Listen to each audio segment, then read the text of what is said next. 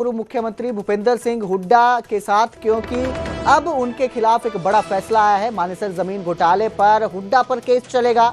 High court ने हुड्डा की याचिका खारिज कर दी है। पंचकुला की सीबीआई कोर्ट में आरोप तय किए जाएंगे। सीबीआई पहले ही कोर्ट में चालान पेश कर चुकी है और आरोप तय होने के बाद हुड्डा पर ट्रायल शुरू होगा। मुख्यमंत्री रहते हुड्डा ने आईएमटी प्रोजेक्ट रद्द किया था। बिल्डरों ने किसानों से औने पौने दामों पर जमीन खरीदी थी। 400 एकड़ जमीन अधिग्रहण मुक्त की गई थी। किसानों को करीब 1500 करोड़ रुपए का नुकसान हुआ था। ये सारे आरोप लगे थे। सुप्रीम कोर्ट ने सीबीआई जांच और कार्रवाई के आदेश दिए हैं।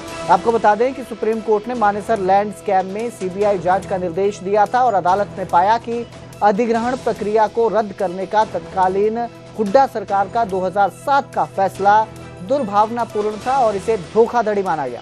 सुप्रीम कोर्ट ने सीबीआई को बिचौलियों द्वारा कमाए गए अनुचित लाभ की जांच करने और राज्य सरकार को एक एक पाई वसूलने का निर्देश दिया था।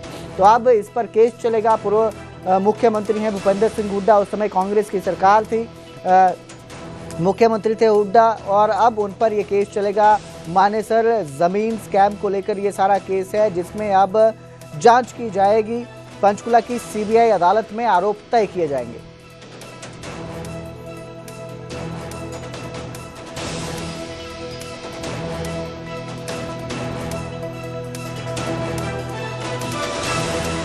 तो भूपेंद्र सिंह हुड्डा पर अब केस चलेगा। मानेसर जमीन घोटाले पर ये केस चलेगा। हाई कोर्ट ने हुड्डा की याचिका खारिज कर दी है और इस खबर पर ज्यादा जानकारी के लिए मेरे सहयोगी अंकित दुदानी हमारे साथ जुड़े हैं। जी अंकित, क्या ये पूरा मामला है और क्या इस मामले को लेकर कार्रवाई आगे की जाएगी?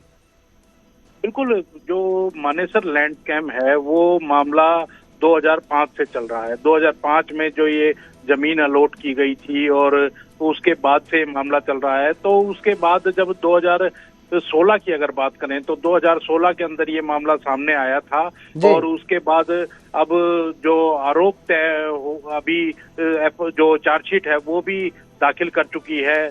जो सीबीआई है वो चार्जशीट दाखिल कर चुकी है। तो कहीं ना कहीं अब उस मामले में आगे की कार्रवाई को रोकने के लिए हुड्डा की तरफ से याचिका लगाई गई थी जो कि खारिज कर दी गई है। और अब जो पंचकुला सीबीआई की विशेष अदालत है उसमें अब आरोप तय होंगे।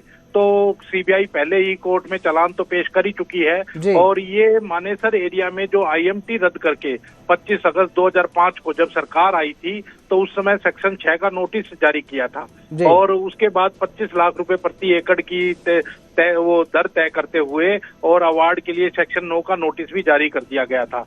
बिल्डर्स ने जो था 400 एकड़ जमीन है किसानों की जो वो औने पौने दामों में खरीद ली थी। तो कहीं ना कहीं बिल्डर्स को फायदा पहुंचाने का एक आरोप था और उसी आरोप पर बाद में जब सीबीआई ने 2015 में जांच शुरू की थी और सितंबर 2018 की बात करें तो हुड्डा समेत जो 34 आरोपी थे उनके खिलाफ 80 पेज की चार्जशीट भी अदालत में पेश की थी, दाखिल की थी। तो उसके बाद से लगातार मामला चल रहा है और अब जब उनकी याचिका खारिज हो गई है, जो केस को रोकने के लिए याचिका लगाई गई थी, तो अब माना जा सकता है कि भूपेंद्र सिंह हुड्डा की मुश्किलें जो है वो आने वाले समय के अंदर बढ़ सकती हैं। जी, बहुत बहुत शुक्रिया इस तमाम जानकारी के लिए अंकित। तो अब इस केस के सामने आने के बाद जिस तरह से हाईकोर्ट ने याचिका को खारिज किया है, भूपेंद्र सिंह हुड्डा की मुश्किलें बढ़ती नजर आ रही हैं।